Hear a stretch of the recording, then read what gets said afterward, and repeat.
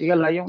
మూడో కంటి దగ్గర జాగృతమైతే నీ యొక్క కుండలిని శక్తి నువ్వు జాగ్రత్త స్వప్న సుషుప్తి దాటినప్పుడు ఆమె ఎలా ఉంటుంది అనేది నీకు అనుభూతం అవుతుంది. అదే తన్మయత్వము. ఆజ్ఞా చక్రం దగ్గర ఏమొస్తుంది? నేను నేనే కృష్ణుడిని, కృష్ణుడే నేను అనే ఆనందం వస్తోంది. అదనమాట వారిద్దరి కలయిక మూడో కన్ను దగ్గర. సో వారే ఆనందఘన. ఇద్దరు కలిస్తే ముద్ద కట్టటం, ఇద్దరు ఒకరుగా కావటం.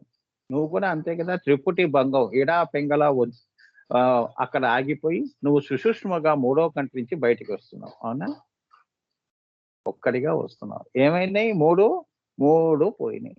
ఒకటి గాని ఐదో ఆరోగ్యం వస్తు శ్రీమాత కృపాకటాక్ష ప్రాప్తి వస్తు.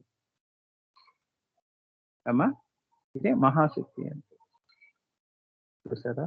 ఈ దృష్టితో కోణంలో నువ్వు ఎప్పుడూ కూడా అదే ఉత్తమ సంస్కారము అంటారు.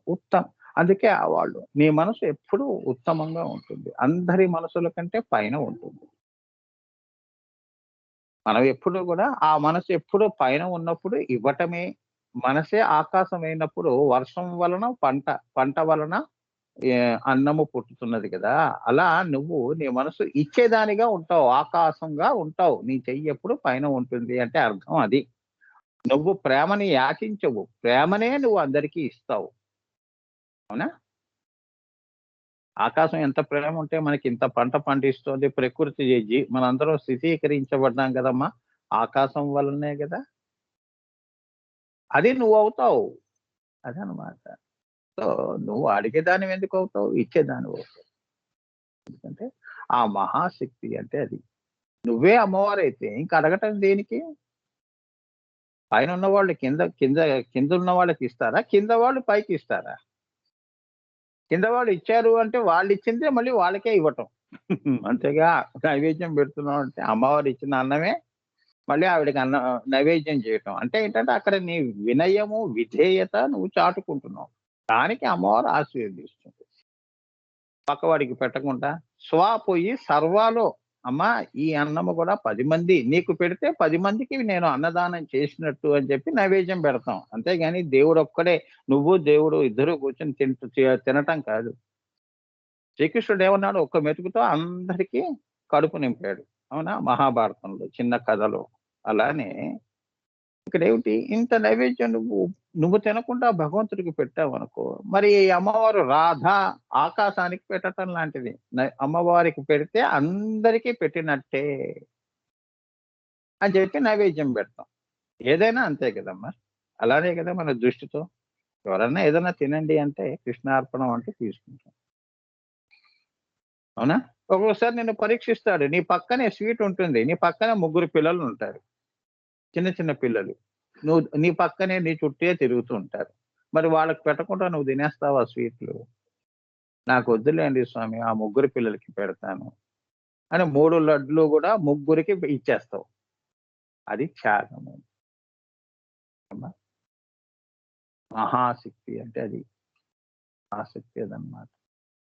తాను ఏమైపోయినా కూడా నేను కృష్ణుడిలోనే అయిపోతాను. అంతా అయిపోతాను. ఆయనగా వచ్చాను కాబట్టి ఆయనగా జీవించటం, ఆయన మీదే ఆసక్తి పెంచుకొని మళ్ళీ ఆయనగానే నేను అయిపోవటం, ఆయనలో ఏకత్వాన్ని సాధించటం. ఇలానే ఆలోచనలు రాధమ్మ వారి ఉంటాయి. అందుకే రాధా స్థితి అంటే ఏంటంటే తుర్యాతీత స్థితి అని. రాధ నాదము, అగ్ని, చితగ్ని. ఆమె జాగ్రత్తలో నువ్వు దర్శనం చేసుకుని ఆసక్తిగా పరిగెత్తినా మహామాయగానే నీకు రూపంలో ఆ రూపంలో నీకు దర్శనం ఇస్తుంది. కానీ స్వప్నంలో ఆ రాధమ్మవారు కృష్ణులు కనిపించారు స్వామి, స్వప్న దర్శనము. తుర్యంలో వారిలో కరిగిపోయి ఉండటం. ఇంకా దానిపైన దాటితే మళ్ళీ ఏమిటి? తుర్య అంటే ఏంటంటే అసలైన ఆత్మ పుట్టు స్థానము ఆగ్నేయ చక్రం కాబట్టి అక్కడ నిన్ను రాధ అంటారు. అర్థమైందమ్మా? రాధాకృష్ణ అవుతారు వాళ్ళు. తుర్యంలో రాధాకృష్ణ అవుతారనమాట. అంటే సంకల్పము, శక్తి 2 కలిస్తే రాధా శక్తి, కృష్ణ శక్తి. తుర్యం.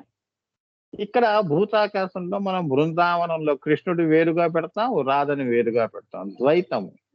వారు ద్వైతానికి అతీతంగా ఉండే స్థితి వాళ్ళిద్దరిది. మనమే విడదీస్తున్నాం, మనమే కలుపుతున్నాం. ఇదంతా ఆయన యొక్క లీలా విన్యాసం. ఆయన శిక్షణ, బోధన. ముందు మమ్మల్ని ఇద్దరిని విడదీసి, తర్వాత నువ్వే కలుపుతావు లేరా, తర్వాత ఇంకా తుర్యంలో నువ్వు కూడా కలుస్తావు మాలో. అర్థమైందమ్మా? అదే కృష్ణుడి జగన్నాటక సూత్రధారి అంటే అలా నీకు అందుకే ఆయన నారదుడికే చూపించాడు 16,000 మంది కృష్ణులని చూపించాడు భార్యలతో. మళ్ళీ ఈయన దగ్గరికి వస్తే అక్కడ కృష్ణుడు లేరు. మళ్ళీ ఈయన ఒక్కడే. అదే తుర్య అంటే. అర్థమైందా? ఇప్పుడు గుళ్ళల్లో చూస్తారు కదా, అద్దాల మేడ అని మందిరాలు ఉంటాయి కదా. 10 రూపాయలు టికెట్ పెట్టుకుని వీళ్ళు లోపలికి వెళ్తారుగా. ఉయ్యాల్లో స్వామివారిని ఊపుతూ ఉంటారుగా. వెనక అన్ని అద్దాలు ఉంటాయిగా. అద్దాల్లో స్వామివారు అన్ని ఉయ్యాలు వందల వేలు ఉయ్యాల్లో ఊగుతున్నట్టుగా కనిపిస్తాడు. అదే మహామాయ, అదే రాధా. అర్థమైందా? రాధా అంటే అది. అంటే సర్వశక్తి కూడా రాధశక్తి. మహాశక్తి అంటే రాధశక్తి అని. ఆ తల్లి లేదు అంటే ఈశ్వర సంకల్పానికి అర్థమే లేదు. కృష్ణుడి జీవితానికి అర్థం లేదు. అదే చెప్తున్నాడు. అందుకే రాధంటే అంత ఇష్టం. ఆయన సంకల్పంగా ఉంటే ఆయనవన్నీ సాకారం చేసే శక్తి రాధ. అందుకే ఆ తల్లి ఎప్పుడు కూడా ఆయన మీదే ఆసక్తి పెట్టుకుని ఉంటుంది. ఇంకా దేని మీద ఆసక్తి పెట్టుకోదు అని. అమ్మా ఇక్కడికి విన్నాము. సో మహా అంటే పరబ్రహ్మము యొక్క శక్తి. పరబ్రహ్మము కృష్ణం వందే జగద్గురు అన్నట్టు ఆయన పరబ్రహ్మ స్వరూపం కాబట్టి ఆయన యొక్క శక్తి ఈ తల్లి. సో సంకల్ప శక్తి అయిన సంకల్ప శక్తి ఎలా ఉంటుంది? అమ్మవారు త్రిపుర రూపంలో ఉంటుంది. ఆ శక్తి కిందకి వస్తున్నప్పుడు ఇచ్చా జ్ఞాన క్రియ. శివుడికి కూడా ఇచ్చా జ్ఞాన క్రియ ఇచ్చింది. ఆయనకు కూడా తప్పదు. శక్తి అంటే అది ఈశ్వర శక్తి అంటే 3గా పెట్టుకుని ఉన్నాడు ఆయన. ఇచ్చా జ్ఞాన క్రియాశక్తి స్వరూపిణి అయిన త్రిపురాపరాదేవి అని అర్థం. ఆయనలో 3గా బయటకు వస్తాం. సంకల్పాన్ని 3గా తీసుకొస్తోంది. మా వారికి ఇచ్చా జ్ఞాన క్రియ ఉంది. ఈ 3 నేను సాకారం చేయాలి. ఈ 3 కలిపితే శక్తిగా నేనున్నాను ఆయనలో. అవునా? సో నేను శక్తి స్వరూపిణి, మహాశక్తి స్వరూపిణి. నాకు సాధ్యం కాదంటూ ఏముంది? నా ఈశ్వరుడు ఉన్నాడుగా. ఆయన ఉన్నాడుగా, ఆయన చూసుకుంటాడు అనే ధైర్యముగా ఆ తల్లి మహా త్రిపుర సుందరి రూపంలో ఇచ్చా జ్ఞాన క్రియాశక్తులుగా. అవే మన జీనోమ్స్, జెనెటిక్స్, కాస్మోజెనెటిక్స్ అంటారు దీన్ని. వారసత్వంగా మనం తెచ్చుకుంది అమ్మ దగ్గర నుంచి ఏంటంటే ఇచ్చా జ్ఞాన క్రియ, సత్వరజస్తము, ఈ గుణాలు. ఇవన్నీ కాస్మోజెనెటిక్. అమ్మవారి దగ్గర ఏమున్నాయో అవన్నీ నీ ఆత్మలో వాసనామయంగా నిక్షిప్తమై మళ్ళీ నువ్వు స్థూల రూపంలో శరీరంగా భూమి మీద పడ్డావు. ఇది కాస్మోజెనెటిక్స్. అర్థమైందా? ఇప్పుడు మీరు పుస్తకాల్లో చదివే జెనెటిక్స్ కంటే పైన ఇక్కడ చెప్పబడుతోంది. సో ఎవరైనా కూడా ఇచ్చ ఉండాలి, జ్ఞానం ఉండాలి, క్రియ చేస్తాడు. ఇచ్చ లేకుండా ఎవడు క్రియ చేయడుగా. ఏ కారణం లేకుండా అకారణంగా ఒకరిని వెళ్ళి కొట్టగలుస్తామా? కొట్టం. ఎందుకండి కొట్టడం? నాకు అది లేదు, ఇచ్చ లేదు. ఆ క్రియ చేయనండి, ఆ పని నేను చేయను, వాళ్ళని కొట్టను. ఇచ్చ వచ్చిందనుకోండి, జ్ఞానం వస్తుంది. అవునరా, వీడు ఒకప్పుడు నన్ను అవమానం చేశాడు, వీడిని ఇప్పుడు నాకు సందర్భం వచ్చింది, వీడిని మనం అవమానం చేద్దాం. అది జ్ఞానము. క్రియలో ఏమిటి? వైఖరిగా 4 మాటలు అంటాం. ఇప్పుడు కర్త కర్మ క్రియ 3 కలిసి ఉన్నాయిగా మహా త్రిపుర సుందరి. వారి సృష్టి కూడా అలానే వస్తుంది. మరి నువ్వే వచ్చావా? ఇవి నీకు ఎక్కడి నుంచి వచ్చాయి? పైనుంచి వచ్చాయి. దాని మీద నువ్వు బతుకుతున్నావు. నువ్వు అంటే మీరు కాదమ్మా, ఈ సృష్టి బతుకుతోంది. జంతువుల్ని పిపిలి కాదు బ్రహ్మ పర్యంతము కూడా ఈ మహా త్రిపుర సుందరికి లొంగి ఉంటారు. అమ్మా, ఈ 3టిని తొలగించేది కూడా ఈ అమ్మవారే. అర్థమైందా? వైరాగ్యము, రాగం నుంచి వైరాగ్యంలో పడేస్తుంది. మూలాధారంలో జాగృతమైతే నీకు అంతవరకు రాగద్వేషాలు ఉన్నవన్నీ తారుమారవుతాయి. అర్థమైందా? నాస్తికుడు ఆస్తికుడిని చేస్తుంది. ఆవిడికి తెలుసు ఎవడికి ఏది ఇవ్వాలి, ఇచ్చింది మళ్ళీ ఎలా తీసుకోవాలి కూడా తెలుసు. ఇక ఇవ్వటమే అనేదే పెద్ద తపస్సు. తల్లి మనసు కరిగించాలి కదా.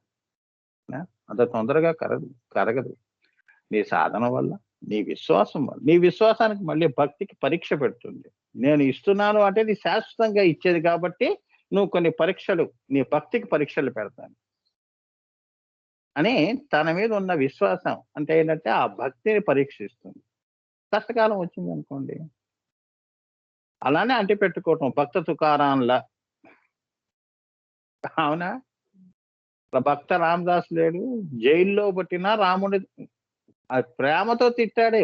ఎవడబ్బొమ్మని పాట పాడాడు గాని అంత మాత్రాన భక్తి వదులుకోలేదు. ప్రేమగా మహాశక్తి, నువ్వు నన్ను ఇంత అన్యాయం చేస్తావా, జైల్లో పెడతావా, నీ సొమ్ము నేను సుంకం అంతా తీసుకుని నీకు కదా నేను చేయించి తిని నీకే కదా ఇచ్చేశాను, ప్రజల సొమ్ము నీకే ఖర్చు పెట్టాను కదా. నా పరిస్థితి అదే. ఎవడు ఏమి ఇచ్చినా ఇప్పుడు మనకు కూడా అటువంటివి ప్రతి భక్తుడికి వస్తాయి. మనం తినం, కానీ ఏంటంటే అనవసరంగా నిందారోపణ, నిందలు పడుతూ ఉంటాయి. ఎప్పుడైనా ఎక్కడైనా మనసుల్లో ఉంటాయి. ఎవరు అలా అనరు కానీ చెప్తున్నారు. ఒక స్వాములకు ఒక 5,000 10,000 ఇచ్చాము అంటే ఈయన కోసమే కృష్ణార్పణం అని అనుకునే వాళ్ళు ఉంటారు ఇచ్చేటప్పుడు. కానీ అందుకే నిజం దేవుడు ఎరుగు.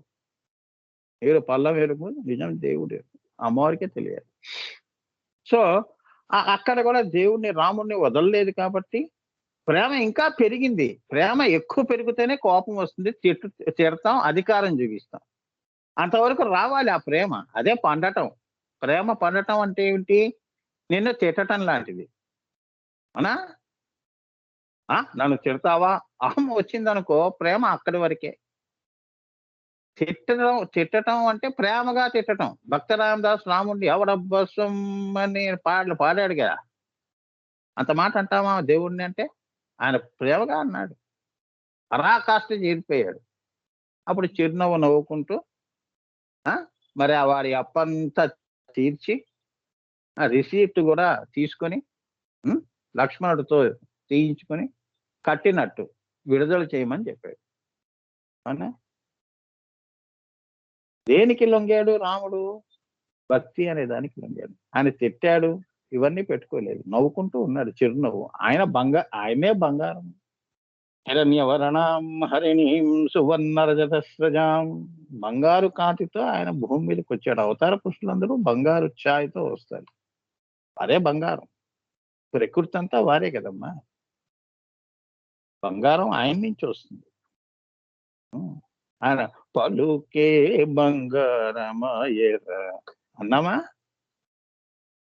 రాముడి మాట బంగారం, బంగారం అన్నమాట. ఆయన పలకటమే గొప్ప విశేషం. అలాంటిది ఆయనకేం చేసుకుంటాడు బంగారం? ఇప్పుడు మా అమ్మవారు, మన తల్లి ఏం చేసుకుంటుంది? మనం అన్ని చేయించాం కదా. అమ్మవారి పుస్తులు చేయించాను, మూపులు చేయించాను, అన్ని జాగ్రత్తగా పెట్టమని చెప్పారు. మా తదనంతరమైనా అవే ఉండాలి అమ్మవారికి. పైన ఎన్నన్నా రాని, కానీ నేను పెట్టినవి, భక్త రామదాస్ పెట్టినవి భద్రాచలంలో ఉన్నాయిగా, తీసి పక్కన పెడుతున్నారా? అలా చరిత్ర వెళ్ళిపోతూ ఉంటుంది. సో ఇక్కడికి నామం అయిపోయింది నాన్న. మహాశక్తి అనేది అయిపోయింది. అందుకే ఈమె త్రిపుర పరాదేవి అని అర్థం. మహాశక్తి అంటే అదన్నమాట. మహా ప్లస్ ఆసక్తి, మామూలు ఆసక్తి కాదు. ఇవాళ ఒక నిమిషం ఉండి తర్వాత ఇంకో ఆసక్తి అనే దాంట్లోకి వెళ్ళిపోదు. ఎప్పుడు మహా, ఆ వారు తప్ప నాకు ఇంకో ఆసక్తి లేదు. ఆయన యొక్క సంకల్పమే నేను, ఆయన మీదే నాకు ఆసక్తి. అదనమాట. ఆ శక్తిగా నేను ఇంత సృష్టి చేశాను. చేసిన దాని మీద నాకెందుకు ఆసక్తి? కారణం ఎవరో ఆ ఈశ్వరుడు కాబట్టి, ఆయనలో శక్తిగా నేను ఉన్నాను కాబట్టి నేను ఉంటేనే వారు కదా అని చెప్పి నేను ఆయన మీదే మహా ఆసక్తిగా చూస్తూ ఉంటుంది. అదనమాట చెప్తున్నాను. మహాశక్తి అంటే అది. అమ్మా! సో, ఆ శక్తి ఇంత సృష్టి చేసింది కాబట్టి, ఈ ఆసక్తి మహాశక్తిని కింద లోకాల్లో పిల్లల్ని గూడా అలానే శివుడి వైపు దృష్టి పెట్టిస్తోందని. హ్మ్. ఏమ్మా? అలానే ఆ ఆసక్తి శివుడి మీద గూడా మనకు కూడా అటువంటి ఆసక్తి కలిగిస్తోంది అమ్మవారు. ఏమ్మా? అందుకే భూతాకాశం నుంచి, ఈ కింద నుంచి మనం గూడా అందుకే జన్మ మృత్యు జరా తప్త జన విశ్రాంతి దాయిని అన్నట్టు మనం పుట్టే వాళ్ళందరం గూడా మనకి దేని మీద ఆసక్తి? అమ్మో! మృత్యు తర్వాత దేవుడున్నాడండి. అమ్మా! నన్ను జాగ్రత్తగా నీలో చేర్చుకో అమ్మా. ఆసక్తి. మాయలోనేమో ఎగిరావు. మృత్యువు దగ్గరకొచ్చినప్పుడు అమ్మని జూస్తావు. అవునా? అట్లా. ఆవిడ మన మీదేం ఆసక్తి ఏం చూపించదు. ఆమె ఆసక్తిలో మనందరం ఆ తల్లిని ఆమెనే మనం జూస్తున్నాం. ఆమేమో అయ్యవారిని చూస్తూ ఉంది. పిల్లలం, భార్య, పిల్లలు అన్నట్టుగా అందరూ ఆ ఈశ్వరుని చూస్తున్నాము అని. మహాశక్తి అంటే అది.